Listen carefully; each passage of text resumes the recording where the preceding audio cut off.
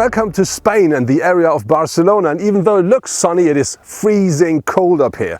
But nevertheless, today we're going to drive the brand new top model of the Kia Ceed series, which is the new Kia ProCeed, and in our case it's the top version, the GT.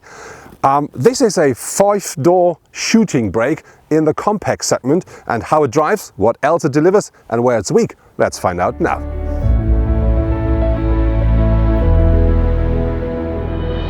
The bonnet and the fender of the Kia ProCeed is exactly the same as with the standard Kia Ceed, but the ProCeed features a completely new front bumper, and with that one, even though it's exactly the same width as the standard Ceed, the car looks even more wide and more sporty on the road.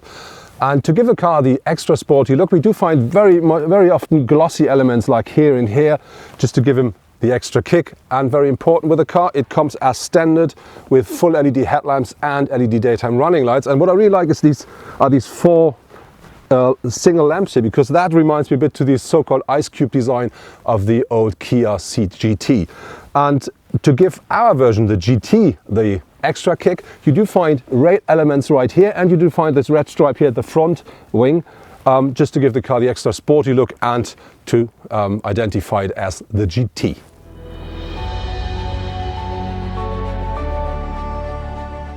The ProCeed comes in the trim level GT line as standard with 17-inch alloys. Our top version, the GT, comes with 18-inch, which you can of course order as well for the GT line if you want. The car overall is 4.61 meters long, and that means it's about 30 centimeters longer as a standard Ceed. And very important, it's only 1.42 meters low or high, and that makes this car one of the lowest, maybe the lowest in its segment. And very important, that together makes it look so long, so stretched and so sporty. And to underline that, we do find this red line here at the side, as we already saw at the front. And very important with that car is the roof line. We're talking about a shooting brake, so the roof drops slightly to the rear of the car, and this look is underlined by this element here, which really makes the glass look even thinner. And so I think that really gives the car a very sporty kick. And then very important, when you come to the rear, we have a very flat rear window, and we have this very thin tail lights. And I think that reminds me a bit to the Porsche Panamera, which I think for a compact car, it's not too bad. Very important, they come as standard in full LED. And then of course you find the ProCeed sign here, and we do have these chrome exhausts, but they are fake, very important. But I think overall, when you look at the rear of the car, it really looks very sporty for a, let's say, sporty estate. And one thing, I think you never find this at any other car in that segment, is we have this here, which is illuminated. Normally it's just a reflector, but with the Kia ProCeed, that's real light. And I think that's really something very nice and interesting as well. Our test car features the most powerful engine which is actually available for the ProCeed, and that is the 1.6 liter turbo petrol engine, and that features 150 kilowatts or 204 horsepower and a maximum torque of 265 Newton meters. And in our car, it is combined with a 7-speed automatic gearbox.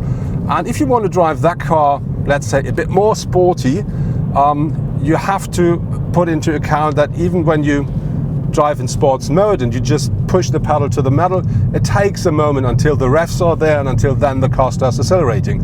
If you really want to give the car the kick, you should use the pedals here at the steering wheel, because then you can choose the gear before you enter the curve or the bend, and if you then accelerate, the car instantly pushes forward, and that really then gives you the fun you're looking for.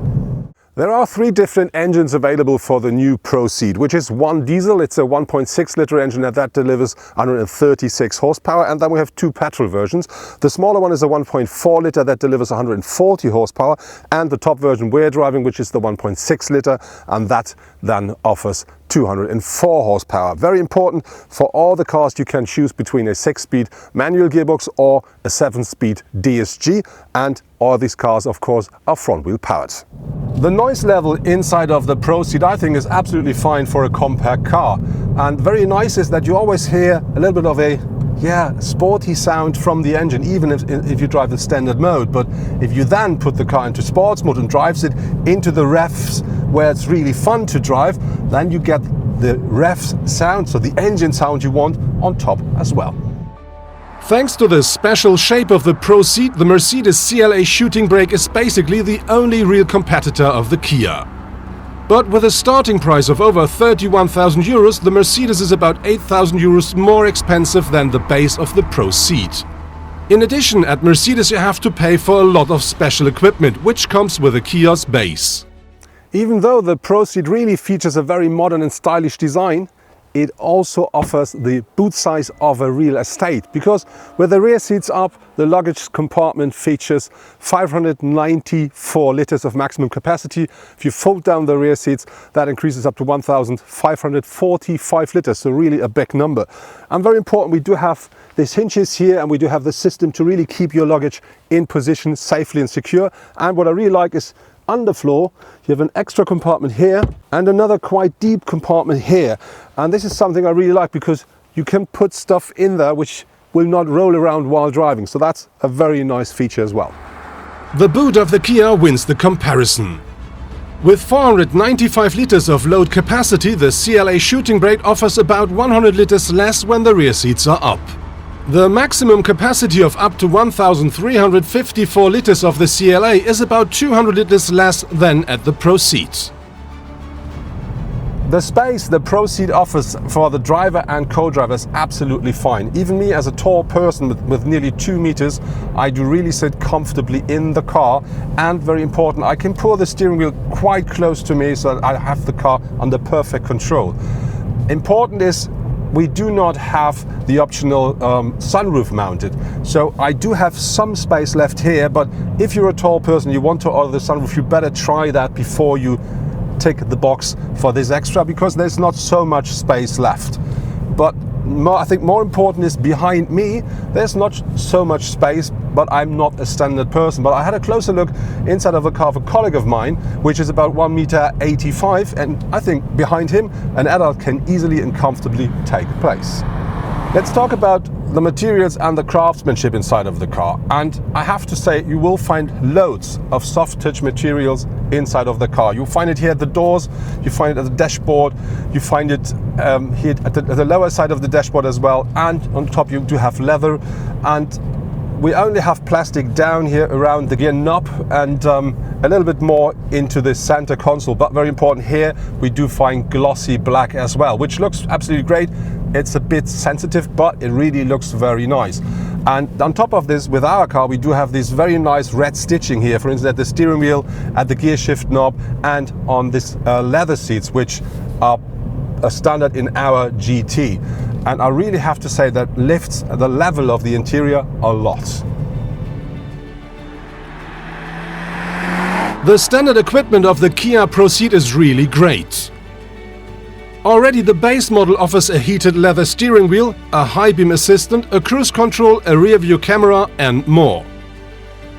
The standard assistance systems coming with the base model are very comprehensive. It includes, for example, a fatigue detection, an active lane assist, a cross traffic alert and a front collision assist with pedestrian detection. Our GT variant also offers an electric tailgate, a heated windscreen, partial leather sport seat, wireless charging for mobile devices and many more. Kia says the 1.6 liter engine should take 7.1 liter per 100 kilometer driven in average. But that's the NEF-set number, not the WLTP. And we didn't reach that number during our test drive, but I have to say we drove quite sporty. So our car took a bit more than 11 liters per 100 kilometer driven, but inside of the computer of the car there was a long run number as well, and that was 10.1. So I think if you drive the car a bit more easy, you could easily reach a number beneath 10. And I think for a car of that size, for a car of that amount of power, that's a reasonable number. The seats inside of the ProCeed really do deliver loads of comfort, and they're still quite comfortable.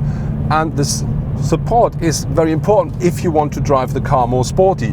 And then not only the seats work really great, also the rest of the car really does a good job, because the combination of steering, suspension, gearbox and engine really works very well.